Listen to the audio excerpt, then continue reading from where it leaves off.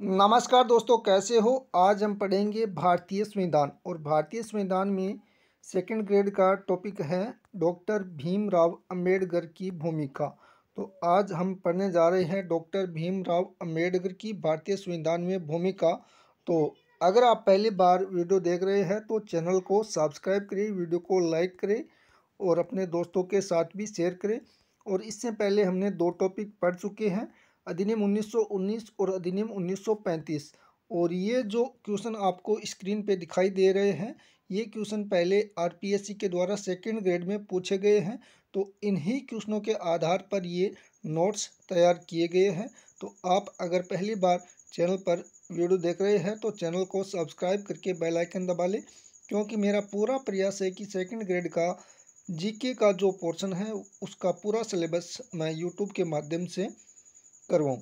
तो आप मेरे चैनल पर बने रहिए। तो ये क्वेश्चन आपको दिख रहा है, ये आरपीएससी के द्वारा सेकंड ग्रेड में पूछा गया है। तो इसमें पूछा गया है डॉक्टर बी आर अम्बेडकर की निम्न में से कौन सी पुस्तक नहीं है। और डिटेल में हम पुस्तक इसी वीडियो में पढ़ेंगे कि डॉक्टर बी आर अम्बेडकर की पुस्तकें कौन कौन सी है। तो वी दी पीपुल, ये पुस्तक बी आर अम्बेडकर की नहीं है। बी आर अम्बेडकर की पुस्तक है दी problems of the rupee Pakistan और the partition of the India, the Buddha and his Dhamma. तो ये डॉक्टर बी आर अम्बेडकर की पुस्तकें हैं। और नेक्स्ट हमारा क्वेश्चन है, भारत के विभाजन के बाद विभाजनोत्तर पुनर्गठित संविधान सभा में, जब संविधान सभा का विभाजन किया गया उस समय डॉक्टर बी आर अम्बेडकर पुनः निर्वाचित हुए थे। तो कहाँ से हुए थे? बम्बई से। तो इसे भी हम डिटेल में पढ़ेंगे। और नेक्स्ट हमारा है कि संविधान सभा में प्रारूप समिति के अध्यक्ष कौन थे? तो डॉक्टर बी आर अम्बेडकर प्रारूप समिति के अध्यक्ष थे। तो ये आपको ध्यान में रखना है, ये क्वेश्चन पहले पूछे गए हैं।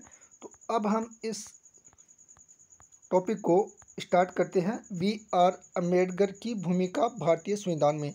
तो सबसे पहले हमें यह जानना चाहिए कि डॉक्टर बी आर अम्बेडकर का जन्म कब हुआ था। तो 14 अप्रैल 1891 में महू मध्य प्रदेश में बी आर अम्बेडकर का जन्म हुआ था।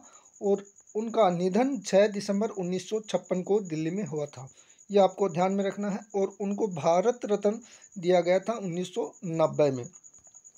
अब हम बात करते हैं डॉक्टर बी आर अम्बेडकर को 1916 में अम्बेडकर को एक शोध के लिए पीएचडी से सम्मानित किया गया था। तो उन्होंने इस शोध को एक पुस्तक के रूप में प्रकाशित किया। पुस्तक का नाम था, ये आपको ध्यान में रखना है, evolution of provincial finance in British India. तो ये इनकी पुस्तक है और पुस्तक के रूप में इस शोध को प्रकाशित किया गया। तो उनको 1916 में एक शोध के लिए पीएचडी से सम्मानित किया गया और बाद में उन्होंने इस पुस्तक के रूप में इसे प्रकाशित किया। तो ये आपको ध्यान में रखना है, ये इनकी पुस्तक है। आगे हम देखते हैं महत्वपूर्ण पुस्तकें। The philosophy of Hinduism, riddles in Hinduism, the gospel of Mahatma Buddha, caste in India 1917 में लिखी गई पुस्तक है डॉक्टर बी आर अम्बेडकर के द्वारा। बुद्धा एंड हिज धम्मा, ये पुस्तक पहले सेकंड ग्रेड में पूछी गई है। Gandhi and Gandhism, who were the Shudras 1946 की पुस्तक है। और हु वर द शुद्धराज 1946 की उत्तर कथा में इन्होंने एक बुक और लिखी, the untouchable, A thesis on the origin of untouchability 1948 में। तो ये हु वर द शुद्धराज 1946 में लिखी गई और इसकी उत्तर कथा में ये पुस्तक 1948 में लिखी गई। नेक्स्ट बुक है पाकिस्तान और the partition of India. Next problems of the rupee 1923 में लिखी गई पुस्तक है। What Congress and Gandhi have in to the untouchable. और नेक्स्ट बी आर अम्बेडकर की पुस्तक है थॉट्स ऑन पाकिस्तान, जाति का विनाश 1942। तो ये डॉक्टर बी आर अम्बेडकर की पुस्तकें थी। और डॉक्टर बी आर अम्बेडकर के समाचार पत्र मूक नायक, यह साप्ताहिक पत्र था जो 1920 बम्बई से प्रकाशित किया गया। दूसरा है बहिष्कृत भारत, ये 1920 में ही ये प्रकाशित किया गया। और इनकी संस्था की बात की जाए तो समता सैनिक दल बहिष्कृत हितकारिणी सभा, इसकी स्थापना 1924 में की थी। और इनकी ये पार्टी है जिसका नाम है स्वतंत्र लेबर पार्टी, यानी इंडिपेंडेंट लेबर पार्टी, 1936 में बनाई थी। और इसने 1937 में, स्वतंत्र लेबर पार्टी ने 1937 में केंद्रीय विधानसभा चुनाव में 15 सीटें जीती थी। तो ये आपको ध्यान में रखना है। और फिर क्या हुआ, इसके स्थान पर भारतीय अखिल भारतीय अनुसूचित जाति संघ का गठन किया गया। तो स्वतंत्र लेबर पार्टी के स्थान पर ही 1942 में अखिल भारतीय अनुसूचित जाति संघ का स्थापना की गई, all India schedule caste federation की। तो ये भी आपको ध्यान में रखना है। और उसके बाद बौद्ध सोसाइटी ऑफ इंडिया का गठन किया 1955 में। उसके बाद द बुद्ध एंड हिज धम्म, ये अंतिम लेख है डॉक्टर बी आर अम्बेडकर का। तो आपको ये ध्यान में रखना है क्योंकि ये अंतिम लेख था, इसलिए ये इम्पोर्टेंट यहाँ पर बनता है। और इसे 1956 में पूरा किया था। तो डॉक्टर बी आर अम्बेडकर का अंतिम लेख था द बुद्ध एंड हिज धम्म, इसे 1956 में पूरा किया था। बी आर अम्बेडकर की मृत्यु के पश्चात इसे प्रकाशित किया गया। तो इसे पूरा तो 1956 में किया और इसे प्रकाशित डॉक्टर बी आर अम्बेडकर की मृत्यु के बाद इसे प्रकाशित किया गया। ये भी आपको ध्यान में रखना है। नेक्स्ट है बुद्ध या कार्ल मार्क्स, ये डॉक्टर बी आर अम्बेडकर की अंतिम पांडुलिपि थी और 2 दिसंबर 1956 को इसे पूरा किया। 1946 में संविधान सभा के लिए बंगाल से चुने गए थे। ये आपको ध्यान में रखना है क्योंकि बम्बई वाला क्वेश्चन पूछा गया है, तो हो सकता है आगे बंगाल वाला पूछा जा सकता है कि 1946 में जो संविधान सभा के लिए चुनाव हुए थे तो वो कहाँ से निर्वाचित हुए थे, तो बंगाल से। और जून 1947 में भारत विभाजन के बाद संविधान सभा के चुनाव में कांग्रेस के टिकट पर बम्बई सीट से निर्वाचित हुए थे। तो ये सेकंड ग्रेड में पूछा गया क्वेश्चन है।